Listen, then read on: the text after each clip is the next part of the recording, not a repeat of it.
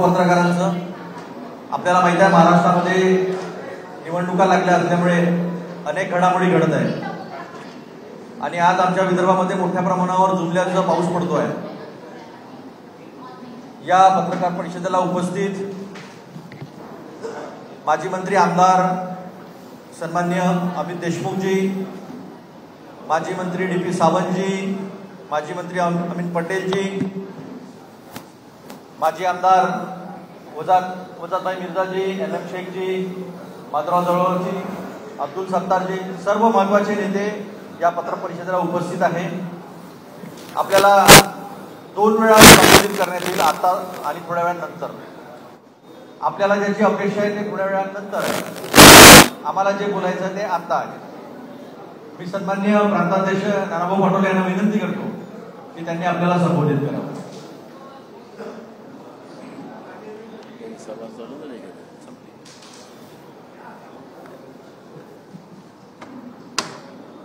निवडणूक आल्या की देशाचे प्रधानमंत्री नरेंद्र मोदी आणि राज्यातलं आणि केंद्रातलं सरकार दरवेळेस विविध घोषणा करते। यावेळेस सुद्धा आपण पाहिलं असेल की लोकसभेच्या निवडणुकीच्या पहिले 16 जुलै 2023 ला अमरावतीला त्यावेळेचे तत्कालीन वस्त्रोद्योग मंत्री राज्याचे उपमुख्यमंत्री देवेंद्र फडणवीस असेल, केंद्रातले अनेक मंत्री, त्यांनी टेक्सटाईल पार्क अमरावतीला उघडण्याचा निर्णय केला आणि तिथं भूमिपूजन केलं। आज एक वीट सुद्धा तिथं लागलेली नाही। ज्या घोषणा, ज्या योजना इथं आणण्याचा प्रयत्न केला जातो त्याचं भूमिपूजन होते आणि निवडणुका संपल्या की त्या योजना गुजरातला जातात असा आपल्याला आतापर्यंतचा अनुभव आलेला आहे। त्याच्यामध्ये राज्यातले अनेक उद्योग हे गुजरातमध्ये नेण्याचं काम राज्याच्या सरकारच्या वतीनं आणि केंद्राच्या आदेशानं हे कायम आपण पाहिलं असेल तर महाराष्ट्राला उद्योग जे होते ते सगळेच्या सगळे उद्योग गुजरातला नेण्याचं काम या केंद्राच्या सरकारने केलेलं आहे। आणि म्हणून आज नरेंद्र मोदींच्या ज्या घोषणा वर्धा या ठिकाणी होतात आहेत त्या फक्त विधानसभेच्या निवडणुका डोळ्याच्या समोर ठेवून त्या घोषणा पुन्हा, ज्याला आपण सर्वसामान्य लोक म्हणतात त्याला फेकूगिरी, ती फेकूगिरी पुन्हा आता महात्मा गांधीच्या जिल्ह्यामध्ये करायला, महात्मा गांधीच्या कर्मभूमीमध्ये वर्धा ठिकाणी नरेंद्र मोदी करतात आहे। आणि आज आपण पाहतोय की अनेक संस्थांनी, अनेक संघटनांनी, अनेक शेतकऱ्यांनी, तरुणांनी नरेंद्र मोदींना काळे झेंडे त्या ठिकाणी दाखवलेले आहेत। आपण पाहिलं की काल राज्याचे मुख्यमंत्री बुलढाण्याला गेले होते, त्या ठिकाणी सुद्धा स्वतःच्या रक्ताच्या सह्याचं निवेदन शेतकऱ्यांनी एकनाथ शिंदेंना दिलं की तुम्हीच सांगत होता की आम्ही 6000 रुपये सोयाबीनला भाव देऊ, सोयाबीनचा भाव 4000वर येऊन पडला। एकीकडे शेतीचा खर्च वाढला आणि आज शेती परवडत नाही अशी परिस्थिती आहे। आणि अशा या परिस्थितीमध्ये लोकांमध्ये केंद्राच्या आणि राज्याच्या सरकारच्या विरोधात प्रचंड राग आपल्याला पाहायला मिळते आहे। नरेंद्र मोदी प्रधानमंत्री म्हणून जेव्हा महाराष्ट्रात येतात सगळ्यांच्या अपेक्षा असतात की प्रधानमंत्री आले, काही घोषणा करतील, त्याचे मोठ्या प्रमाणात महाराष्ट्राला फायदे मिळतील। पण महाराष्ट्राला लुटणारं व्यक्तिमत्व हे नरेंद्र मोदी आहे, अशा पद्धतीचं मत आता महाराष्ट्राच्या जनतेचं झालेलं आहे। आणि म्हणून त्यांचा विरोध करणारी मोठी संख्या आपण आज वर्धा या ठिकाणी पाहतोय। पोलिसांनी अनेक लोकांना त्या ठिकाणी नजरकैदेत टाकलेलं आहे. अघोषित आणीबाणी आज वर्धा जिल्ह्यामध्ये आहे आणि वर्धा जिल्ह्याच्या आजूबाजूच्या जिल्ह्यामध्ये सुद्धा आपल्याला पाहायला मिळते आहे. परवाच्या दिवशी राज्य सरकारने त्याच्यातला एक निर्णय घेतला की 18,000 कोटीचं सोलर प्रोजेक्ट नागपूरचा त्यांनी गुजरातमध्ये पाठवला आणि राज्याचे उपमुख्यमंत्री त्याला सांगतात की असं काहीच झालं नाही. म्हणजे सांगायचं तात्पर्य खोटं बोला आणि रेटून बोला.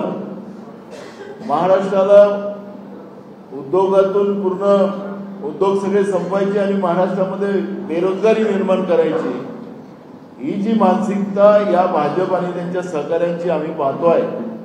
आणि म्हणून आज नरेंद्र मोदींच्या दौऱ्याचा सामान्य जनतेने विरोध केलेला आहे हे चित्र आपण त्या ठिकाणी पाहतोय. आणि म्हणजे मोदींनी महाराष्ट्राला लुटू नये ही भूमिका महाराष्ट्राच्या जनतेची आता आपल्याला पाहायला मिळते आहे.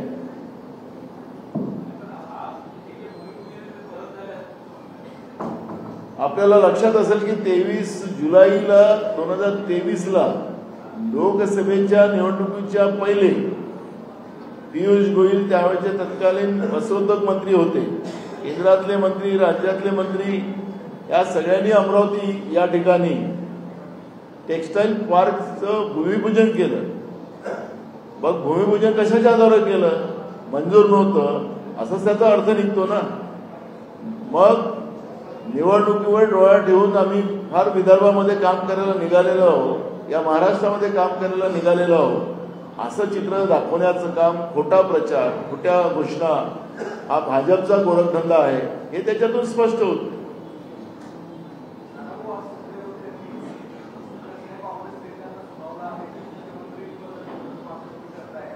कोण काय झालं?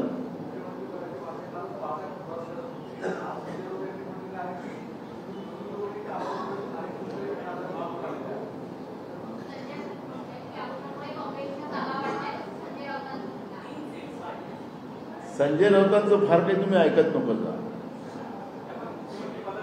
अरे काहीच बात नाही आमचा, पण संजय राऊतांचं तुम्ही फार काही ऐकू नका. चला बोला नेक्स्ट.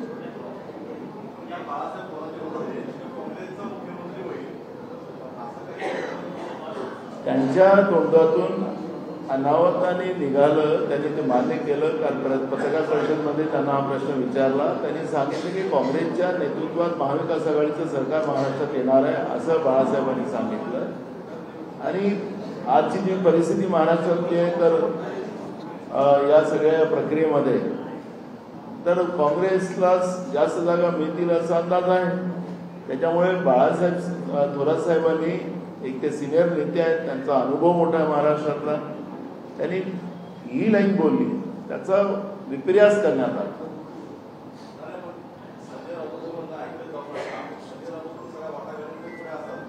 हे जागा वाटपामध्ये आहे. हा पुढं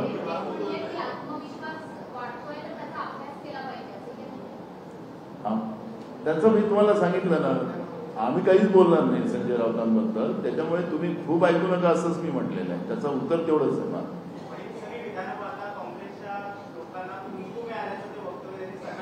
ते सकाळीच बोलतात 9 वाजता. बोला.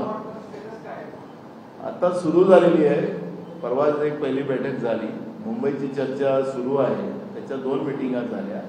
आज आता 2 वाजेपासून पुन्हा मिटिंग आहे आणि जागा वाटपाचं होईल आता. आणि नवरात्राच्या पहिल्या आठवड्यामध्ये आम्ही जागा सामोपचारानं डिक्लेअर करू.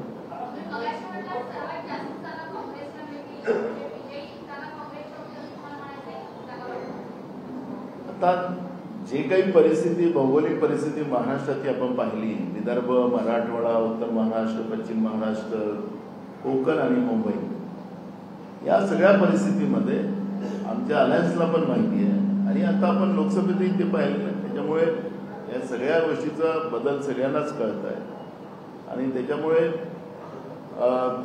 ज्या काही स्ट्राईक रेट जो राहील तो काँग्रेसला जास्त राहील असं अंदाज आता सर्वेमध्ये सगळ्यांजवळ आहे.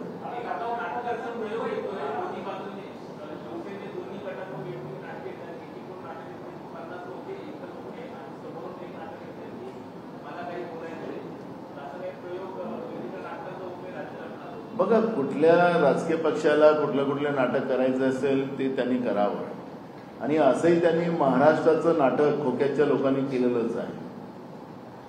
राज्यपालाला मला सुरक्षा द्या, आताचे मुख्यमंत्री असं पत्र राज्यपालाला दिलं होतं, आणि त्यावेळेचे तत्कालीन राज्यपाल भगतसिंग कोश्यारी यांनी त्यांना सरळ मुख्यमंत्र्यांची शपथ देऊन टाकली. ते तर सगळ्यात मोठं नाटक आहे. काँग्रेस या सगळ्या नाटकापेक्षा संविधानिक व्यवस्था आणि महाराष्ट्राची अब्रू ही जी वारंवार वेशीला टांगण्याचं काम हे महायुतीची लोक करतात आहेत, आमदारांना विकत घेण्याचं काम करतात आहेत. याचा अर्थ लोकशाही विकत घेण्याची भूमिका त्यांच्या माध्यमातून जे पुढे येते आहे, तीच खऱ्या अर्थानं महाराष्ट्राच्या शाहू फुले आंबेडकरांच्या विचाराच्या महाराष्ट्रामध्ये छत्रपती शिवाजी महाराजांच्या महाराष्ट्राला हे काळीमा लावण्याचं काम महायुतीने केलेलं आहे. त्यामुळे काँग्रेसची भूमिका याच्यातली स्पष्ट आहे. नाटकापेक्षा छत्रपती शिवाजी महाराजांच्या विचाराच्या आधारावर कृतीमध्ये महाराष्ट्राची अब्रू ही वेशीला टाकतात आहे. ती अब्रू वाचवणं ही काँग्रेसचं काम आहे, आणि काँग्रेस त्यावर काम करते.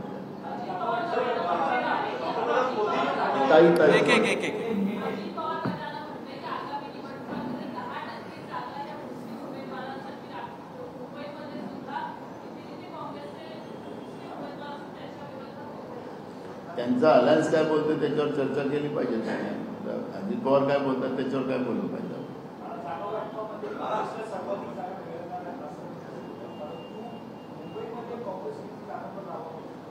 एक बघा, जागा वाटप हा जो भाग आहे याच्यावर चर्चा सुरू आहे. आम्ही मागच्या काळात एक स्पष्टीकरण असं दिलेलं आहे की 288 जागा हे महाविकास आघाडी आणि त्यांचं अलायन्स लढणार.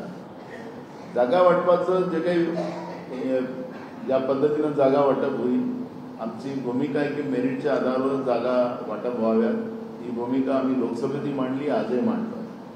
त्यामुळे याच्यात लहान भाऊ किंवा मोठा भाऊ ही भूमिका याच्यामध्ये होणार नाही. याच्यामध्ये आम्हाला महाराष्ट्रामधलं हे शिवद्रोही सरकार, भ्रष्टाचारी सरकार, शेतकरी विरोधी सरकार, तरुणांच्या विरोधात असलेलं सरकार, महागाई वाढवणारं सरकार, आणि हे महाराष्ट्रद्रोही सरकार जे महाराष्ट्रातले उद्योग गुजरातमध्ये पाठवतं, या सरकारला महाराष्ट्रातून सत्तेतून बाहेर काढणं ही भूमिका काँग्रेसची आहे. आणि म्हणून या ठिकाणी लहान भाऊ किंवा मोठा भाऊ कोणाला जागा जास्त मिळतात हा भाग नाही.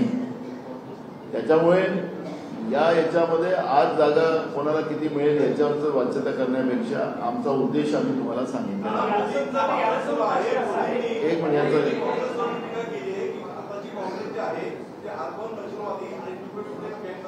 कोण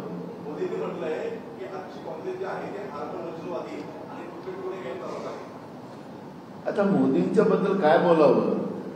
लोकसभेमध्ये या देशाच्या शेतकऱ्याला खालिस्तानी म्हणतात, आतंकवादी म्हणतात. त्या मोदीच्या बोलण्यावर काय अर्थ करावा. जय जवान जय किसानचा नारा लाल बहादूर शास्त्री दिला, आणि या दारावर हा देश उभा झालेला आहे.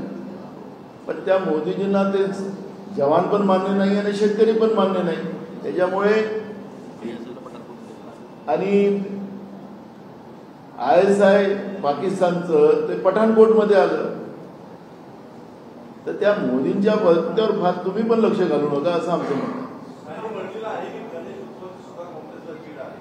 गणेश उत्सव काँग्रेसला चीड नाही, या लोकांना चीड आहे. यांनी जे माथेफोरी लोक कर्नाटकमध्ये जे होते ते भाजपचे होते. त्यांनी गणेश उत्सवाच्या विसर्जनावर गोटमार यांच्या लोकांनी केलेली होती, आणि तिथल्या आमच्या सरकारने गणपतीची विटंबना होऊ नये आणि ते बरोबर त्यांचं विसर्जन व्हावं म्हणून ते सुरक्षिततेनं तिथल्या पोलिसांनी आणि तिथल्या सरकारने ते काळजी घेतली. आणि आज उलट्या बोंबा चोराच्या ही जी म्हण आपल्या महाराष्ट्रातली तशी ती बोंब त्या मोदीजींची आहे.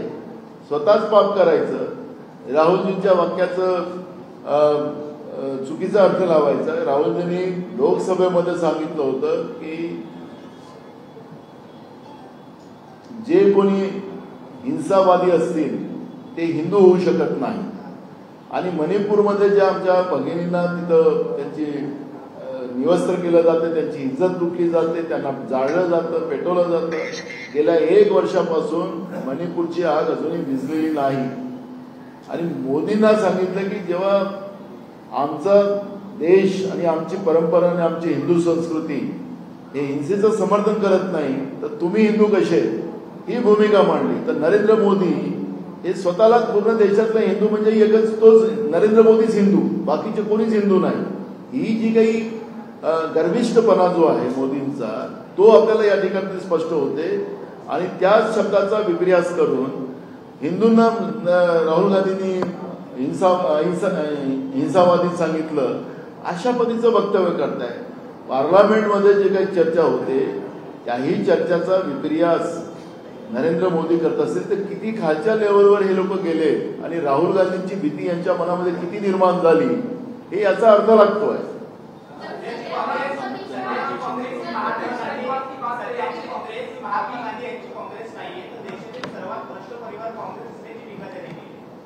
आता भ्रष्टाचाराचे सरदार कोण आहे तर त्याचं उत्तर आता पहिल्या वर्गाचा पोरगा देईल नरेंद्र मोदी सांगते.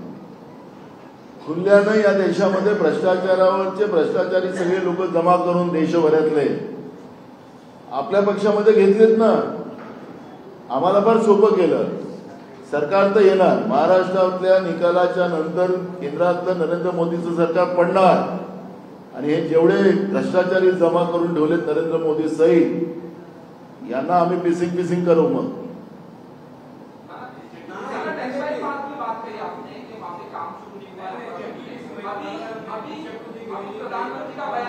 हे सांगितलं ना, सगळे भ्रष्टाचारी जमा केले. भ्रष्टाचाराचा सरदार पहिल्या वर्गाचा पोरगा उत्तर देतो, नरेंद्र मोदी सांगतात.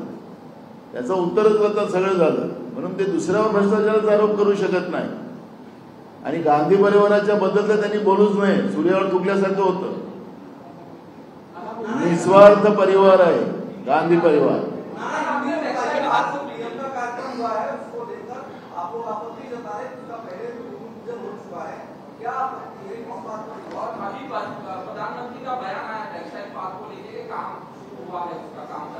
झूठ बोलने के क्या है, उनकी तो कोई मर्यादा नहीं है नरेंद्र मोदी की. हर बात में झूठ. दिन में जितने बार अगर नरेंद्र मोदी बात करते हैं उसमें 99% वो झूठ बोलते हैं. देश की जनता का विश्वास ही नहीं रहा उनके ऊपर. आपको याद होगा कि लोकसभा के चुनाव के पहले 24 फरवरी 2023 को ये पीयूष गोयल ये जब टेक्सटाइल मिनिस्टर था वो आके उधर भूमि पूजन किया. राज्य के मुख्यमंत्री उप मुख्यमंत्री सभी लोग वहां थे. एक वीट भी नहीं चढ़ गया. और यहाँ भूमि पूजन करते हैं चुनाव के पहले और वही प्रोजेक्ट गुजरात ले चले जाते. तो गुजरात में कितने प्रोजेक्ट आज तक गए उसका भी हिसाब आपके पास है. राज्य के उप मुख्यमंत्री देवेंद्र फडणवीस कहते कि नहीं हमने कोई प्रोजेक्ट भेजा नहीं. तो प्रोजेक्ट भेजा नहीं तो फिर प्रोजेक्ट का काम शुरू क्यों नहीं हुआ है. और आपको पता है गुजरात में जितने भी प्रोजेक्ट गए वहां लोग काम करने को तैयार नहीं है. अभी भी कोई प्रोजेक्ट चालू नहीं हुए. लेकिन महाराष्ट्र को बर्बाद करने की व्यवस्था केंद्र में बैठी हुई गुजरात लॉबी ने शुरू की है. महाराष्ट्र को बर्बाद करना यही उनका गुजरात लॉबी का सपना है. और राज्य की जो सरकार है वो गुजरात लॉबी को पूरी मदद कर रही है. और उसी का परिणाम है कि आज महाराष्ट्र एक जमाने का महाराष्ट्र हमारा जो उद्योगों में सबसे आगे था, प्रगत राज्य था, वो राज्य आज बीजेपी और उनके सरकारी दलों ने पूरा कमजोर महाराष्ट्र बना के रखा है. और इसलिए आपने देखा होगा कि महाराष्ट्र में सबसे ज्यादा सरकार के ऊपर मोर्चे आने का काम बारिश के भी सेशन में आपने देखा होगा कि इतने सारे मोर्चे आते थे कि इतने सारे मोर्चे कि लोग सरकार के विरोध में हैं. और हर जगह कल भी आपने देखा होगा कि मुख्यमंत्री बुल्ढाना जिले के दौरे में थे तो अपने खून निकालकर उनने उस एप्लीकेशन में उनका खुद का हस्ताक्षर किया, सही की और उस मुख्यमंत्री को निवेदन दे रहे. तो इसका मतलब है कि लोगों में कितना गुस्सा है.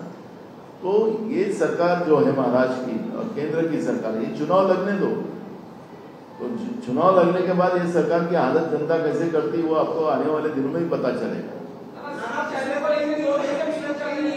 महाराष्ट्र में 4 जिलों में हिंसक घटनाएं हुई है, लाठीचार्ज हुआ है, पथराव हुआ है, जो महाराष्ट्र की अभी की स्थिति है उस पर क्या कहेंगे। दूसरा, नीतीश राणे का दूसरी बार ऐसा बयान आया है जिसमें एक पर्टिकुलर कम्युनिटी को लेकर वो ये कह रहे हैं कि पुलिस को 24 घंटे के हटा दो, आमने सामने आ जाओ, 24 घंटे बाद पता चल जाएगा किसमें कितना दम है। उसका बाप तो सागर बंगले में बैठा है, तब तक ही रहेगा आवाज। सागर बंगले से उसका बाप हट जाएगा तो अपने आप आवाज बंद हो जाएगा। एक महाराष्ट्र में कानून व्यवस्था कहाँ बची है? मुस्लिम हिंदू, बौद्ध हिंदू, ये प्रक्रिया तो उन लोगों की है ही। पार्लियामेंट में हारने के बाद अब महायुति को डर पैदा हो चुका है कि हमारी सरकार अब नहीं रहती है। उनके भी सर्वे के अंदर में हमने देखते हैं तो उनका सर्वे भी 100 के अंदर है, बीजेपी और उनके साथी। तो उनको पता है, तो विभाजन कर कर हम लोग सत्ता में आ सकते कि ये कोशिश कर रहे हैं। लेकिन महाराष्ट्र की परंपरा जो शाहू फुले अम्बेडकर विचारधारा की है, छत्रपति शिवाजी महाराज की है, इस परंपरा इतनी मजबूत है कि ये जो जिस तरह से डराने का, धमकाने का, किसी के ऊपर हमला करने का जो काम कर रहे हैं ये नहीं चलेगा। लोग समझ चुके हैं, इनके दावत समझ चुके हैं, लोग इनको जवाब चुनाव में देंगे।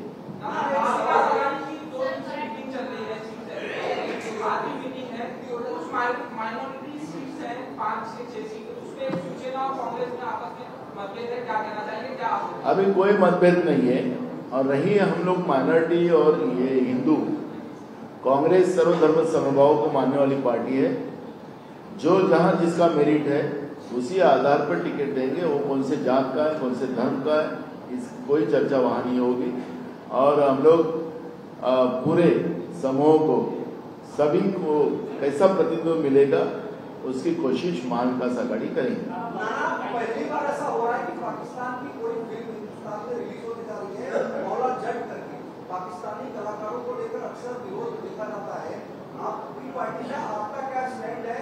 दशकों बाद ऐसी स्थिति आ रही है कि कोई पाकिस्तान की हिंदुस्तान में। अब देश के प्रधानमंत्री, वहां के प्रधानमंत्री के यहाँ शरीफ जो थे उस समय के तत्कालीन, उनके बिरयानी खाने जाते हैं बिन बुलाए। तो अब पाकिस्तान के ISI भी कभी भी आकर हमारे यहाँ पर हमारे फौज को गोली मार के चले जाते हैं, शहीद करके चले जाते हैं। एक मुंडी काटेंगे तो हम 100 मुंडी काटेंगे, ऐसे ही हमारे प्रधानमंत्री 56 इंच का सीना बता रहे हैं। तो आज कितने आतंकवादी इनने मारे और कितने हमारी फौज शहीद हुई, इसका एक विश्लेषण रखना चाहिए। और रही बात दूसरी कि बीजेपी का दिखाने के दांत अलग और खाने के दांत अलग है। इनके लोग तो जब पाकिस्तान में गए, इनके कई लोग भाजपा के बड़े बड़े नेता तो जिन्ना के कब्र के पास गए, जिस जिन्ना ने हमारे देश का विभाजन किया। तो इनका समर्थन किसको है ये तो बीजेपी का सबको पता है। तो इसलिए इनके बारे में बहुत वो पिक्चर की है। कल पाकिस्तान, अभी चीन को पूरा हमारा बॉर्डर जो है नॉर्थ ईस्ट वाला पूरा चीन के कब्जे में। राहुल जी ने कई बार पार्लियामेंट में भी इस बात को कहा, सरकार जवाब नहीं देती, चीन के बारे में बोलने को तैयार नहीं सरकार। तो आखिरी ये सरकार जो है देश की, ये देश हित की नहीं है, इनके खुद के हित की वाली सरकार है। संजय राउत ने जो कहा है कि कांग्रेस सीएम पद पर दावा न करे, ये निर्णय जो है कांग्रेस नेता नहीं ले रहे, यहाँ के नेता लगातार बयान दे रहे हैं, उससे सहमत नहीं। हमने कभी नहीं कहा, हमने यही कहा है कि हम महाविकास आघाड़ी करके सामने जाएंगे और महाविकास आघाड़ी करके ही चुनाव लड़ेंगे। और हमारे हाईकमांड जो है चुनाव के बाद वो डिसाइड करेंगे मुख्यमंत्री किसको बनाए।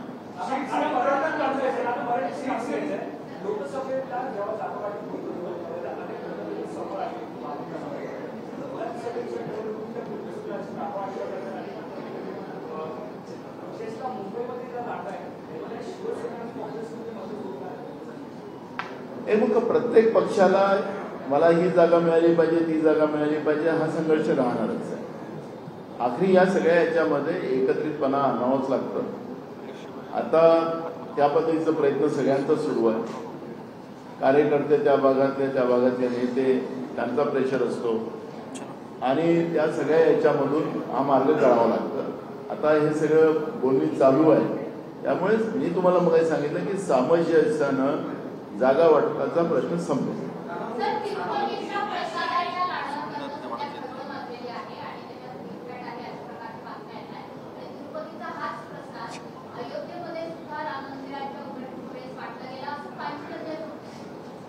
असं आहे, गाईला आपल्या पॉलिटिकल व्यवस्थेच्या आधारावर मध्य भारतात आई म्हणायचं, नॉर्थ ईस्टमध्ये ती खायची वस्तू असते, केरळमध्ये ती वेगळी वस्तू असते, तिलाही खायची वस्तू असते, दक्षिणेमध्ये तिचा अर्थ बीजेपी वेगळा वेगळा लावतो, गोव्यामध्ये तर त्यांची केंद्रातली मंत्री तिच्या पोरीच्या याच्यातच तो मांस विकला जात होता. तर सांगायचं तात्पर्य असं आहे की हे सगळं पाप कोण करत असेल. आता हेच समजा आमचं सरकार असतं आंध्र प्रदेशमध्ये, आता यांच्या आल्यांचं सरकार आहे, हे का बोलत नाही. अयोध्यामध्ये भगवान श्रीरामांच्या मंदिरामध्ये तीच सॅम्पल वापरलं जात आहे असं तुम्ही सांगताय. काय कुठलं हिंदुत्व आहे यांचं. हिंदुत्वाचे गोडवे गातात हे लोक, फक्त पॉलिटिकल गोडवे. राजकीय फायदा कसा होईल त्याच्यावर हिंदुत्व आहे यांचं, त्याच्यानंतर यांचं हिंदुत्वाशी काही घेणं देणं नाही, असे हे लोक आहेत. त्यामुळे मला असं वाटतं की तिरुपती बालाजी असतील भगवान आणि आमच्या भगवान श्रीराम असतील, यांना भगवान श्रीरामाने तर दिलंच आहे दणका यांच्यावर, पण आता तिरुपती बालाजी पण यांच्यावर दणका देत.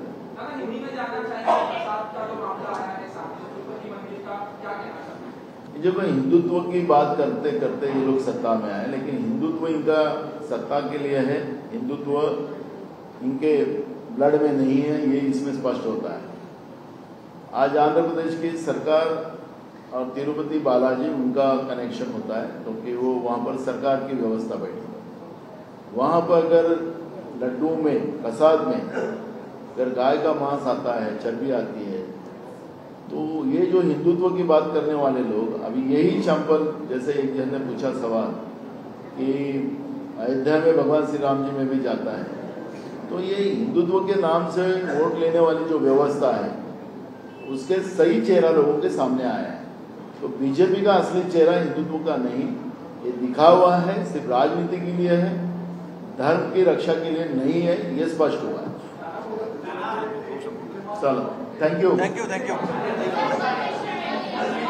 One nation no election, BJP का जो मंत्र है वन नेशन वन इलेक्शन नहीं है. नरेंद्र मोदी जो कहते हैं उसका उल्टा करते हैं, तो उनका जो उल्टा जो है वन नेशन नो इलेक्शन. अभी महाराष्ट्र में भी हम देख रहे हैं कि ना जिला परिषद, पंचायत समिति, स्थानिक स्वराज्य संस्था की सभी चुनाव बंद हो गए. तो ये सब चीजों को आप लोगों को मैं अभी से बता रहा हूँ कि इनकी नीयत में क्या है कि लोकतांत्रिक व्यवस्था पूरी खत्म करने का. इतने बड़े देश में हमारे राष्ट्रीय अध्यक्ष जी मल्लिकार्जुन खड़गे जी ने भी उस बात को कहा है कि इतने बड़े देश में वन नेशन वन इलेक्शन नहीं हो सकता है. प्रॉब्लम बहुत है, लेकिन सरकार ने उस बात को आगे बढ़ाया है.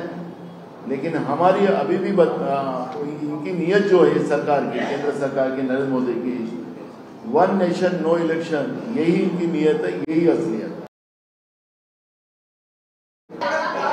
चलो हो गया. Thank you.